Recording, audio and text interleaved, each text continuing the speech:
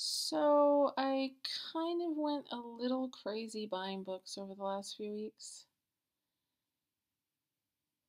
Maybe more than a little crazy. I have 31 books to haul for you guys tonight.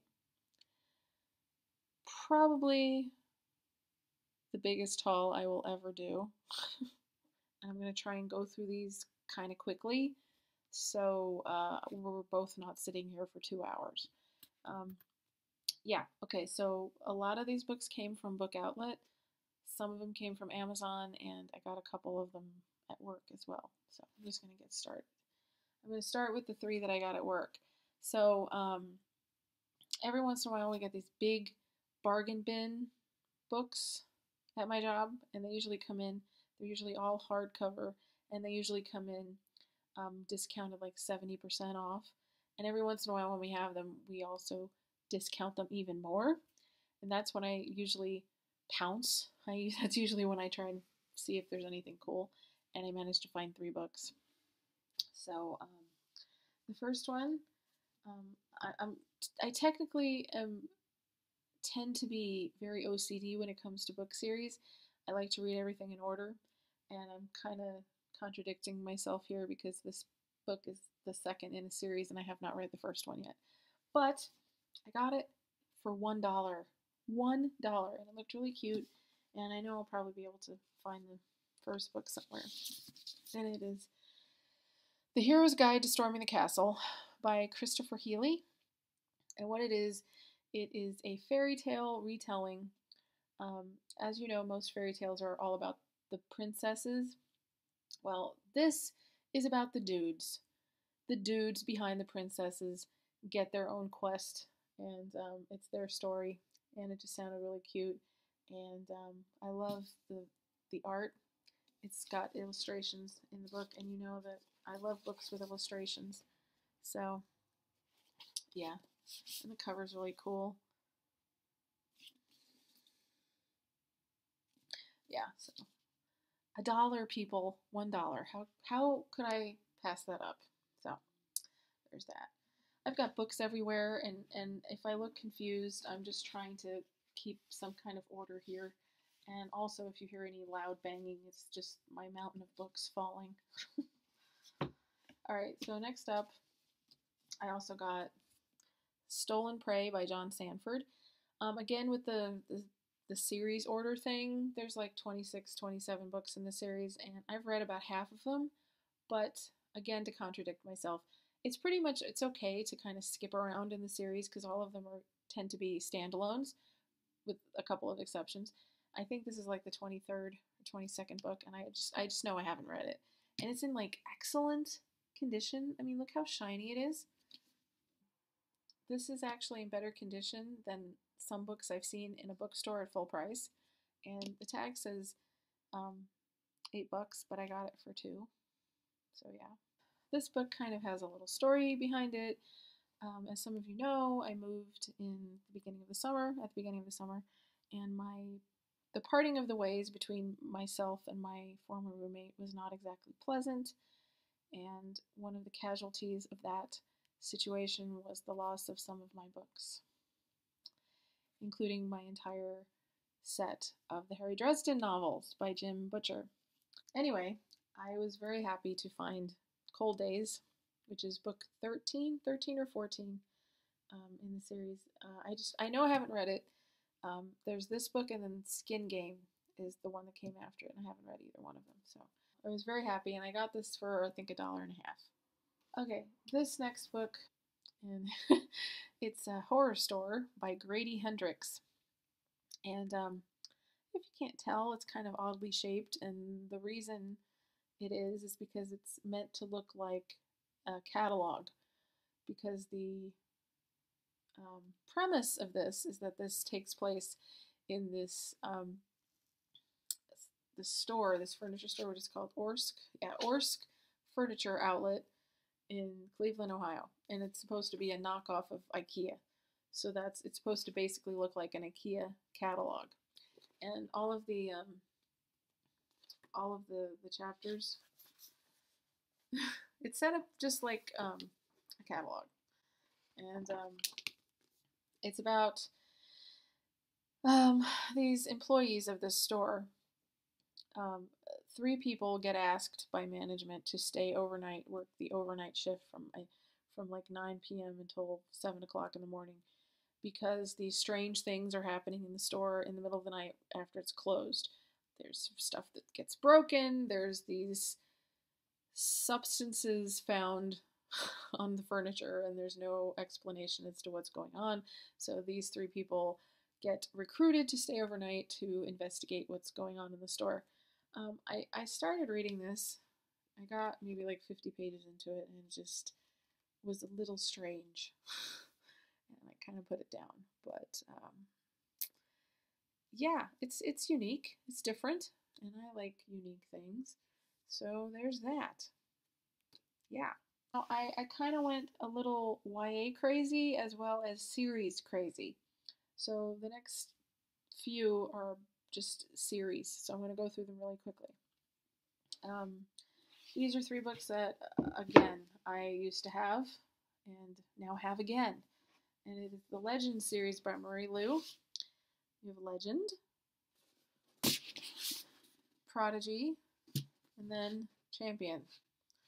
Um, I was actually just going to buy the compilation on my Kindle because it was just more convenient, but I actually really like having the physical copies of these books because of the different font colors. It's simple things that make me happy. You can't really see it, or maybe you can on camera, but in this book, there's red font, and there's blue in Prodigy and gold in Legend, so yeah, they're so pretty. And I actually have not read this series yet. This is, for the last like couple years, I keep saying this is going to be the next series that I read, and I always get distracted by something else, but I'm hoping to get to this soon because I've heard nothing but good things about it, and I actually started reading Legend. Yeah, and I liked what I read so far, so there you go. Alright, next one is another series. It's a trilogy, and okay, this is the first book. And it's Storm Dancer by J. Kristoff. This is the Lotus War trilogy. And this is book 2. It's called Kinslayer. And then, third and final book is Endsinger. And these books are a combination of steampunk and it's set in like feudal Japan. Okay, the main character is sent on a mission to find the last living griffin. They're not called griffins in the book. They're called something else, and I can't remember what they're called. But yeah, and the concept sounded really cool.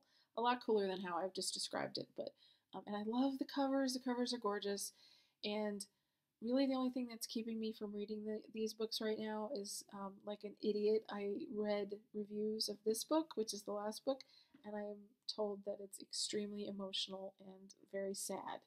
And after reading the Red Rising, the first two books in the Red Rising books, and having my heart ripped out because of them, I really can't handle a super emotional read right now. So that's why I'm kind of delaying reading these books. But I am going to read them because they sound awesome. I'm trying to get them in order. I'm so anal, I swear.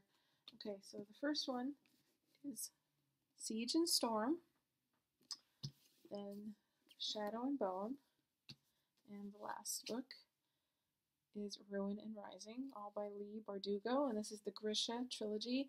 I really know very, very little about the concept of these books, except that it's fantasy, and everybody I know. It's another series that seems like everybody has read but me. So I was very excited. I got these two on Book Outlet and had to order this one on Amazon. This is a duology. I believe it's a duology. And the first book is Mask of Red Death and Dance of Red Death. And both of these are by Bethany Griffin. And they are, of course, inspired by Edgar Allan Poe. And I'm a huge, huge, huge Edgar Allan Poe fan. And considering the love that I have for the Nevermore series by Kelly Cray, which is one of my favorite series of all time, I was super excited to find a series or a duology that was inspired by Edgar Allan Poe. And the covers are gorgeous, and I'm very excited to have these. So, yeah. I kind of have a thing for assassins. That's a weird thing to say. But yeah, so I got the His Fair Assassins series by Robin Lefevers. It's probably not how you say it. It's probably French, but we're gonna go with Lefevers. Okay, so I got book one, which is called Grave Mercy. Book two, and I don't really like the cover of this one, Dark Triumph. These are big. It's hard to hold them in one hand. And this is the last book, I believe, in the trilogy, and it's Mortal Heart. Keeping with the Assassin's theme, I also got Throne of Glass by Sarah J. Maas, and book two, Crown of Midnight. And this is the bind up of all the novellas in the Assassin's Blade. And this is the last, or latest book, because I thought this was going to be the last book in the series, but they're evidently going to release 3 more. And it's Heir of Fire. Anyway. This desk is gonna collapse, I swear. you're gonna be looking at me, and I'm just gonna disappear under a mountain of books as they all fall on top of me. Okay. These 2 books are, I don't know if they're necessarily part of the same series, and you'll understand why I don't know in just a second. But this is, I was gonna say Scandinavian, but he's German. So it's Snow White Must Die by Nell Newhouse. We're going to go with Newhouse. And then also by the same author. Yeah. No dust jacket, nothing. It's called Bad Wolf. Like I said, I have no idea what this book is about. None whatsoever. Didn't know it was going to come without a dust jacket, but whatever. Anyway, this book is about a guy who's in prison, who's getting ready to be released from prison, and the bodies of these girls turn up as he's being released from prison, and I guess that was what he was in prison for, was for killing these girls. And not only that, but then girls start disappearing again. So yeah, and I like the cover. I think it's cool looking. Okay, this next book, I got merely because it's been compared to The Night Circus by Erin Morgenstern, and that's one of my favorite books ever. So that's all I needed to hear, and I bought it.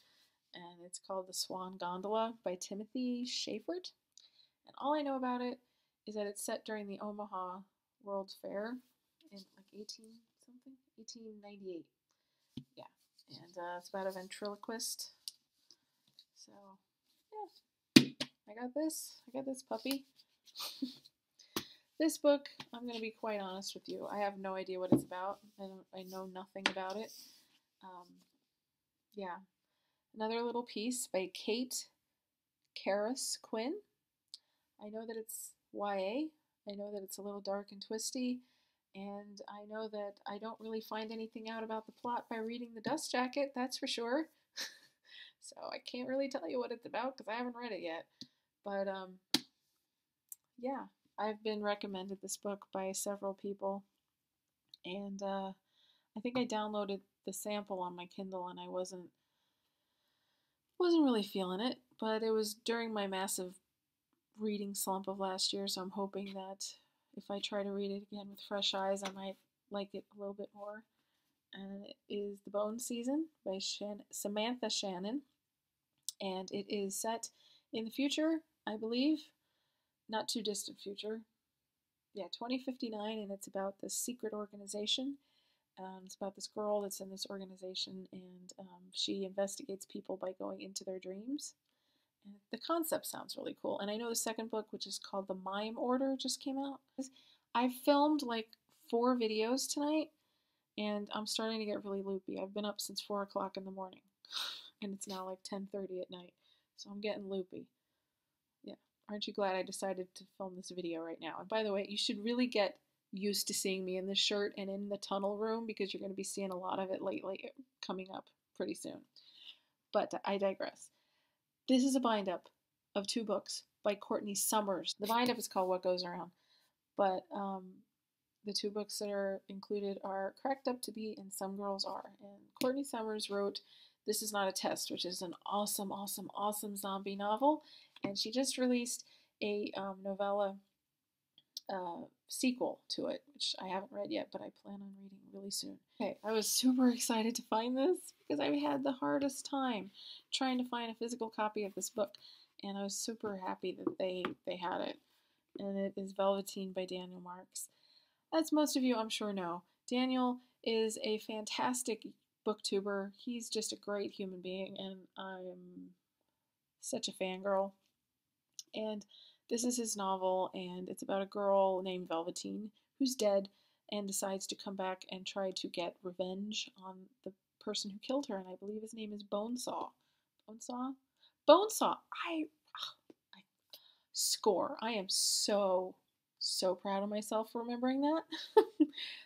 So I've been dying to read this book ever since it came out, so I was super excited to find it. I need to stop saying super excited. Yeah. And it's Hilde by Nicola Griffith. What's the name? Oh, okay.